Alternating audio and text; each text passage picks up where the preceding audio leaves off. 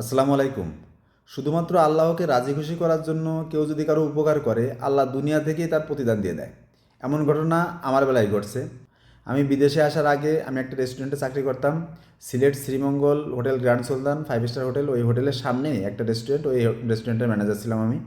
আমি যখন ওই হোটেলে কাজে যোগ দেই, যাওয়ার পর দেখলাম যে অন্য অন্য ওয়েটার যেগুলো আছে ওগুলোর বেতন 4,000 5,000 টাকা। অনেক দিন আগের কথা তো, তখন বেতনও একটু কম, 4,000 5,000 টাকা অন্য অন্য লোকের বেতন।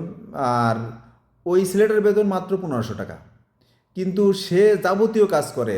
সে থাল বাটি প্লেট প্লেট ধোয়া টোয়া থেকে শুরু করে খাবার সার্ভ করা বা বাজার করা, যাবতীয় সব কাজ করে। কিন্তু সেই ছেলেটার বেতন মাত্র 1500 টাকা। তখন আমি 1 মাসও হয় নাই, ওর আগে আমি আমার মালিক কর্তৃপক্ষকে বললাম যে এই ছেলেটা সবচেয়ে কাজ বেশি করে অন্য অন্য লোকের তুলনায়, কিন্তু এর বেতনই সবচেয়ে কম, তা এর বেতনটা একটু বাড়ায় দেন। তখন বললো ঠিক আছে, ওর বেতন 2,000 টাকা করা হোক। তা আমি বললাম না, 2,000 না, একবারে 2500 করেন, যেহেতু ওদের বেতন বেশি। সেই হিসাবে ওর বেতন 2500 করে দেন। তা ওই মাস থেকে ওর বেতন 2500 টাকা।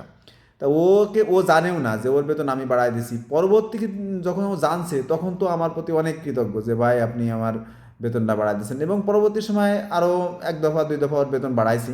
আমি ওই হোটেলে চাকরি করছি প্রায় 3 সাড়ে 3 বছরের মতো।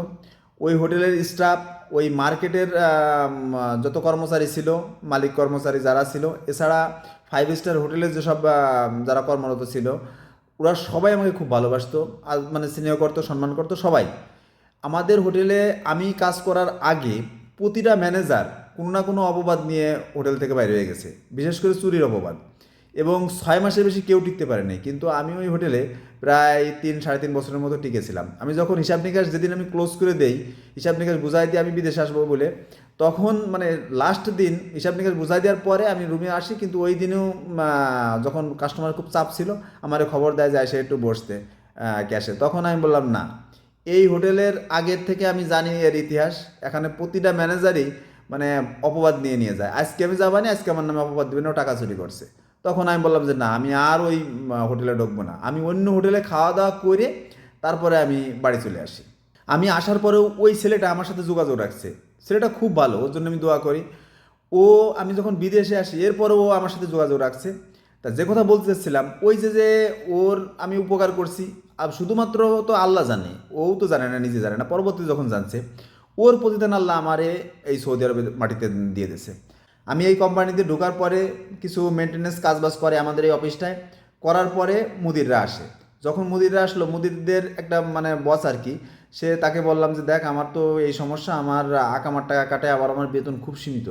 তখন ও জানিয়ে বলে যে এই বেতনে কীভাবে চললো।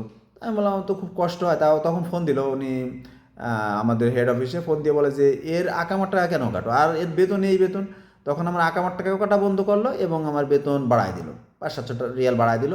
বাড়ায় দেওয়ার পরে তখন আমি তো আসলে খুশি। তাও আমার ইটি বললো ঠিক আছে, আর কাজ বাজ ঠিক মতো করো, সমস্যা নেই। এর পরবর্তীতে আমি 2 বছর পর ছুটি যাই। ছুটি থেকে ঘুরে আসতে আমি বলেও নেই এদেরকে, দেখি যে অটোমেটিক আমার বেতন বেড়ে গেছে। এখন যে বেতনে ঢুকছিলাম সেই বেতনে প্রায় ডবল বেতন। ওই যে যে আমি মানে তাকে না জানায় শুধুমাত্র আল্লাহকে, আল্লাহ জানে আমি যে ওর উপকার করছি, তার প্রতিদান আল্লাহ আমার এই সৌদি আরবের বুকে দিয়ে দিয়েছে। কিন্তু তখন যদি আমি আরও আরও উপকার করতাম, আরও 2-4 জনের বেতন টেতন বাড়াই দিতাম, আল্লাহ কিন্তু আমার বেতন আরও বাড়াই দিত। আমাদের কোম্পানিতে এমন এমন লোক আছে 10 বছর 15 বছর হয়ে গেছে, তাদের বেতন 1 টাকাও বাড়ায় না, যে বেতনে ঢুকছে সেই বেতনে কাজ করতেছে। কিন্তু আলহামদুলিল্লাহ আমার বেতন বাড়াই দিছে। এটা হচ্ছে আমি যে একজনের উপকার করছি, সেই উপকারের প্রতিদান আল্লাহ দিছে আলহামদুলিল্লাহ। এই জন্যই বলি যে কাউকে যদি শুধুমাত্র আল্লাহকে রাজি খুশি করার জন্য যে লোক দেখানো না, কারোর উপকার করা যায়, আল্লাহ তার প্রতিদান দুনিয়া থেকেই দিয়ে দেয়। ধন্যবাদ সবাইকে।